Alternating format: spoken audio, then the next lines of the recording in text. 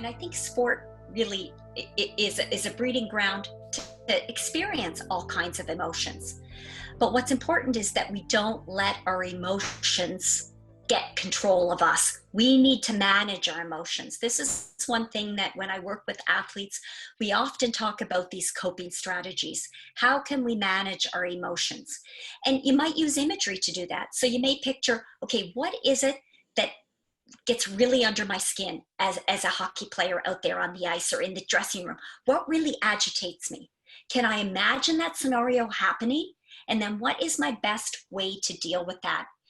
You know, when working with the Spitfires for years ago, when I worked with them, we always talked about the what ifs. What if this were to happen? We always thought about the worst case scenario because we need to have those plans in place. If this happens on the ice, if this happens in the change room, what is my strategy? Because you'd be darn sure you don't want to take 5 minutes trying to come up with a strategy in the middle of a game. You want your reaction time to be quick. So you can use imagery to try to imagine those scenarios where those emotions maybe get elevated, where it's going to impact your performance negatively. And you think about, what's that calming technique I'm going to use to bring myself back down? You know, maybe it's a simple self-statement that you say to yourself.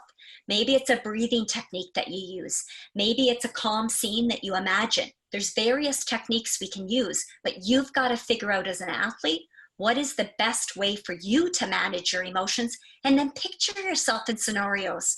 And look, these coping strategies to manage your emotions aren't just specific to hockey.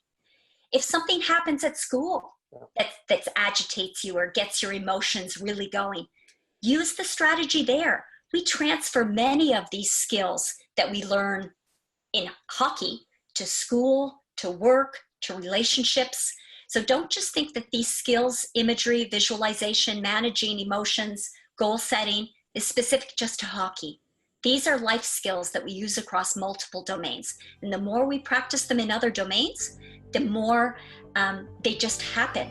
And it's like autopilot. I don't even have to think about how I'm going to react now on the ice because I know exactly what my go-to strategy is to cope with those emotions.